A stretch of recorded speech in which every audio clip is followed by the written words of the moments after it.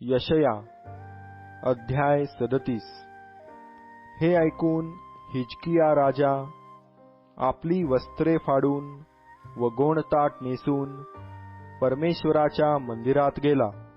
तेव्हा खानगी कारभारी एल्याकीम, चिटणीस शेबना व याजकांपैकी वडील यांना गोणताट नेसलेले असे त्याने आमोजाचा पुत्र यशया संदेष्टा याच्याकडे पाठविले।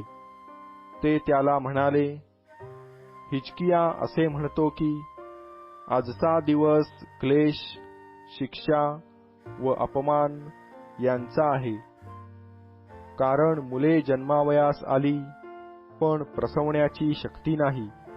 तुझा देव परमेश्वर कदाचित रबशाके याचे शब्द ऐकेल। त्याला त्याचा धनी अश्शूरचा राजा याने जिवंत देवाचा उपमर्द करण्यास पाठविले आहे, आणि ते त्याचे शब्द ऐकून तुझा देव परमेश्वर त्यांचा निषेध करील। म्हणून जे काही शेष उरले आहे त्यांच्याकरिता तू रदबदली कर। ह्याप्रमाणे हिजकिया राजाचे सेवक यशया याजकडे आले। तेव्हा यशया त्यास म्हणाला, आपल्या धन्याला असे सांगा, परमेश्वर म्हणतो, अश्शूरी राजाच्या सेवकांनी ज्या शब्दांनी माझा उपमर्द केला आहे ते शब्द तू ऐकले आहेत, त्यामुळे तू घाबरू नको। पहा, मी त्याच्या ठाई अशी काही प्रेरणा करीन की तो कसली तरी अफवा ऐकून आपल्या देशास परत जाईल व आपल्याच देशात तो तरवारीने पडेल असे मी करीन। नंतर रबशाके परत गेला तेव्हा अश्शूरचा राजा लिब्ना नगराबरोबर लढताना त्याला आढळला, कारण लाखिशाहून राजाने तळ उठविला अशी त्याला खबर लागली होती। मग कुशाचा राजा तिर्हाका आपणाशी लढावयास निघाला आहे असे कोणी बोलताना त्याने ऐकले। हे ऐकून त्याने हिजकियाला जासुदांच्या हाती सांगून पाठविले की तुम्ही यहुदाचा राजा हिजकिया याजकडे जाऊन सांगा, ज्या तुझ्या देवावर तू भिस्त ठेवितोस तो यरुशलेम अश्शूरी राजाच्या हाती लागणार नाही असे बोलून तुला न फसवो। अश्शूरी राजांनी सर्व देशांचे काय केले ते पहा, त्यांचा विध्वंस कसा केला हे तू ऐकले आहेच। तर तू सुटणार काय? गोजान, हरान, रेसफ व तलस्सार येथे राहणारे एदेनी लोक यांचा माझ्या वाडवडिलांनी विध्वंस केला। त्यांचा त्या राष्ट्रांच्या देवांनी बचाव केला काय? हमाथाचा राजा, अर्पादाचा राजा, सफरवाईम शहर, हेना व इव्वा यांचा राजा हे कोठे आहेत? हिजकियाने जासुदांच्या हातून ते पत्र घेऊन वाचिले। मग हिजकियाने परमेश्वराच्या मंदिरात जाऊन ते परमेश्वरापुढे उघडून ठेविले। मग हिजकियाने परमेश्वराची अशी प्रार्थना केली, सेनाधीश परमेश्वरा, इस्रायलाच्या देवा, करुबारूढ असलेल्या देवा, तूच काय तो पृथ्वीवरील सर्व राज्यांचा देव आहेस। तूच आकाश व पृथ्वी निर्माण केली। हे परमेश्वरा, कान लावून ऐक।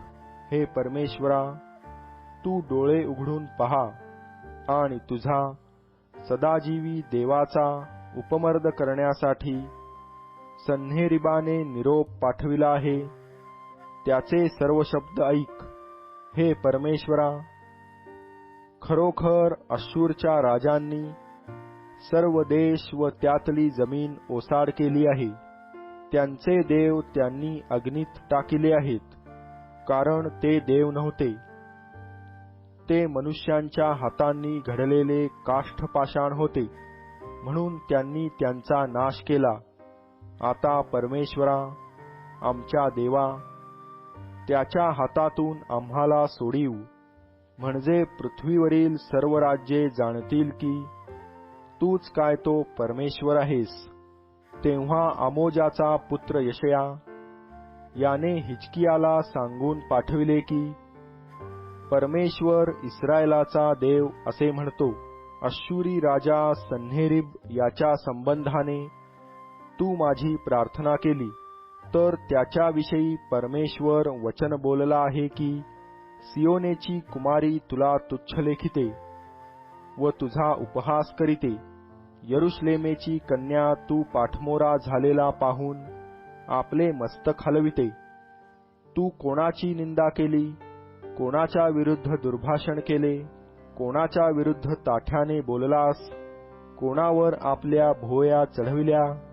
इस्रायलाचा जो पवित्र प्रभू त्याचवर तू आपल्या सेवकांच्या द्वारे प्रभूची निंदा करून म्हणालास, मी आपल्या बहुत रथानिशी पर्वतांच्या माथ्यांवर लबानोनाच्या अगदी मध्यापर्यंत चढून आलो आहे. मी त्याचे उंच गंधसरू व निवडक देवदारू तोडून टाकीन. त्याच्या अत्यंत दूरच्या उच्चस्थानी त्याच्या फळझाडांच्या राईत प्रवेश करीन. मी जमीन खणून पाणी प्यालो. माझ्या पायांच्या तळव्यांनी मिसर देशाचे सर्व जलप्रवाह मी सुकवून टाकीन. तू ऐकले ना, मी हे पूर्वकाळी केले, प्राचीन काळी योजिले असून आता असे घडवून आणले की तुझ्या हातून तटबंदीच्या नगरांचा विध्वंस व नासधूस व्हावी. म्हणून त्यातील रहिवासी बलहीन झाले, ते भयभीत व फजित झाले. शेतातील हिरवे गवत, धाब्यांवरचे गवत, कोवळे शेत यासारखे ते झाले. तुझे बसणे उठणे, तुझे जाणे येणे व तुझा मजवरला संताप मला ठाऊक आहे. मजवरल्या तुझ्या संतापामुळे व तुझा उन्मत्तपणा माझ्या कानावर आल्यामुळे मी तुझ्या नाकात माझी वेसण व तुझ्या तोंडात माझा लगाम घालून ज्या वाटेने तू आलास तिनेच तुला परत लावीन. आता तुला हे चिन्ह देतो. यंदा तुम्ही आपोआप उगवलेले खाल. पुढल्या वर्षी त्याला खोडवा फुटेल, तो खाल. तिसऱ्या वर्षी तुम्ही पेरा, कापा, द्राक्षांचे मळे लावा व त्यांचे फळ खा. यहूदाच्या घराण्यातील निभावलेला अवशेष पुन्हा खाली मूळ धरील व वर फळ देईल. कारण यरुशलेमेतून अवशेष निघेल व सियोन डोंगरातून निभावलेले निघतील. सेनाधीश परमेश्वराचा आवेश हे सिद्धीस नेईल.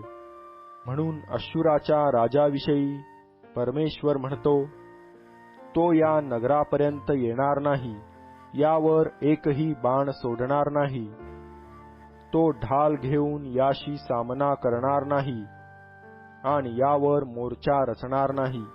ज्या वाटेने तो आला तिनेच तो परत जाईल. तो या नगरापर्यंत येणार नाही, असे परमेश्वर म्हणतो. आपल्याकरिता व माझा सेवक दावीद याच्याकरिता या नगराचा बचाव होईल, असे मी याचे रक्षण करीन.